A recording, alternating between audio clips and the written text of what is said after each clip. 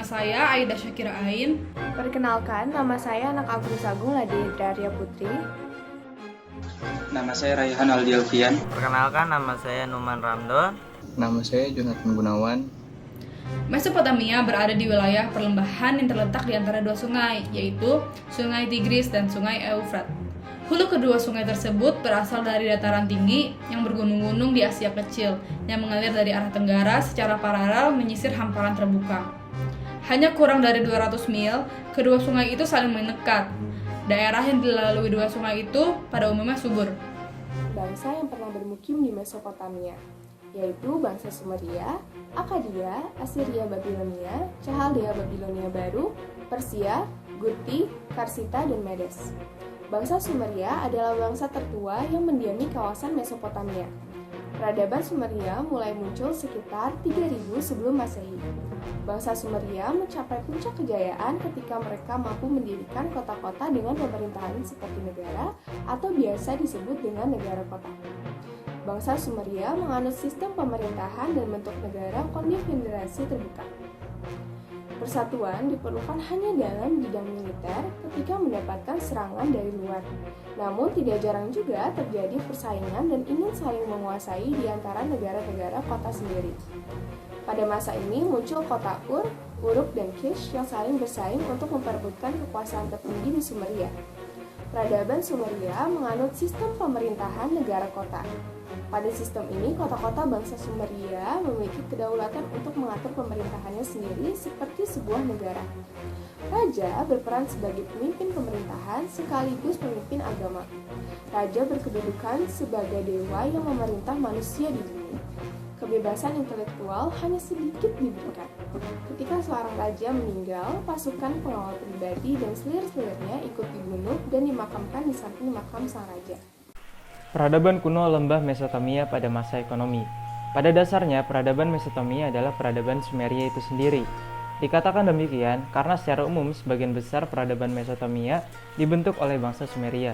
Bangsa-bangsa yang lain yang datang sesudahnya hanyalah meneruskan dan mengembangkan peradaban yang dicapai oleh bangsa Sumeria. Pola ekonomi bangsa Sumeria lebih sederhana. Negara memberikan kesempatan yang luas kepada usaha yang bersifat individual. Kekayaan tidak serta eksklusif menjadi milik penguasa, baik dalam praktek maupun teori. Demikian juga dalam bidang perdagangan maupun industri. Tidak dimonopoli pemerintah. Hanya saja karena sebagian besar rakyat bersatu sebagai budak, mereka tidak memiliki kesempatan mengembangkan ekonomi secara bebas. Hanya sedikit dari mereka yang memiliki dan mengembangkan ekonomi atas nama mereka sendiri. Aktivitas ekonomi sebagian besar berproduksi pertanian, karena kondisi tanah yang subur dan pengairan yang sangat baik, serta tersedianya tenaga-tenaga yang terampil dan ahli menjadikan pertanian menjadi sektor utama devisa negara. Hasil pertanian diangkat dengan kendaraan beroda sehingga memungkinkan mobilisasi yang cepat terhadap hasil pertanian. Dengan kendaraan beroda yang berhasil diciptakan, mereka dengan mudah mengimpor bahan-bahan mentah yang didatangkan dari negara tetangga sebelah utara, terutama bahan manufaktur untuk tiba menjadi produk siap pakai dan lalu mengekspor ke daerah-daerah lain yang luas. Para saudagar dan pelancong yang datang dari arah utara dan barat melalui daerah bulan sabit subur menuju ke timur, Mediterania, dan Mesir, sehingga di Mesopotamia untuk membawa produk-produk industri maupun pertanian bangsa Sumeria. Dari itu semua, bangsa Sumeria adalah masyarakat bisnis yang pragmatis, kredit dan pinjaman diatur secara hati-hati. Segala perjanjian ditulis dan ditandatangani oleh saksi. Alat tukar perdagangan yang sudah digunakan ialah logam mulia seperti emas dan perak. Perkembangan peradaban Mesopotamia di bidang budaya. Orang-orang Sumeria sudah mengenal abjad yang berupa huruf paku. Huruf paku itu antara lain ditemukan pada sebuah prestasi yang berisi tentang hukum dan undang-undang yang berlaku untuk mengatur kerajaan. Undang-undang dan peraturan hukum itu disebut dengan Undang-Undang Hammurabi atau bisa dibilang Kodeks Hammurabi.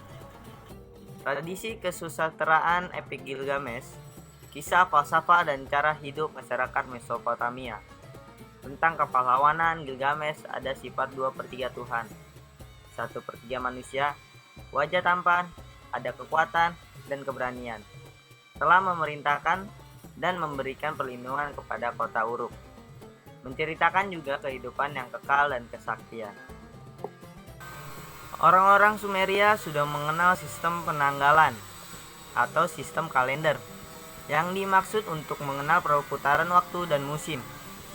Pengetahuan tentang perputaran waktu dan musim berguna untuk menentukan saat yang tepat dalam melaksanakan aktivitas kehidupannya, baik untuk bercocok tanam, perdagangan, dan sebagainya. Untuk mempermudah memahami pengetahuan tentang perputaran waktu dan musim, mereka membagi dan mempersingkat waktu dalam jam, menit, dan detik. Pembagian waktu terus dikembangkan ke dalam bentuk yang lebih khusus melalui sistem penanggalan atau sistem kalender, yaitu 24 jam menjadi 1 hari, 30 hari menjadi 1 bulan, dan 12 bulan menjadi 1 tahun. Kepercayaan bangsa-bangsa yang mendiami Mesopotamia bersifat politisme dengan satu dewa sebagai dewa tertinggi atau disebut pantheon. Setiap bangsa menyembah dewa-dewi masing-masing seperti dewa Enlil atau disebut Sumeria, dewa Marduk atau disebut Amoria dan Kaldea, dewa Asyur atau disebut Assyria, dewa Amsa, Spenta atau disebut Persia. Peninggalan-peninggalan bangsa Mesopotamia. Yang pertama, Roda. Roda ini diciptakan pada 3500 tahun sebelum Masehi, dan pada awalnya roda digunakan untuk membuat tembikar. Kedua, kereta. Kereta dibuat pada 3200 tahun sebelum Masehi dan digunakan sebagai alat transportasi untuk perang, olahraga, dan lain-lain. Ketiga, ilmu astrologi. Bangsa Mesopotamia menemukan beberapa rasi bintang tertua seperti Leo, Taurus, Scorpio, dan Capricorn. Keempat, teknologi pertanian dan irigasi. Para petani Mesopotamia juga menemukan cara mengendalikan aliran air dari sungai Tigris dan Eufrat untuk mengairi tanaman yang mereka tanam, sehingga mereka disebut sebagai the father of agriculture. Kelima, konsep mengenai waktu. Bangsa Mesopotamia mengembangkan konsep waktu di mana satuan waktu dibagi menjadi 60 bagian dan berkembang menjadi 60 detik atau 1 menit dan 60 menit atau 1 jam. Keenam, matematika dan cara berhitung. Bangsa Sumeria, yaitu yang tinggal di sekitar Mesopotamia, adalah orang yang pertama menemukan konsep berhitung. Dan yang ketujuh, perahu layar.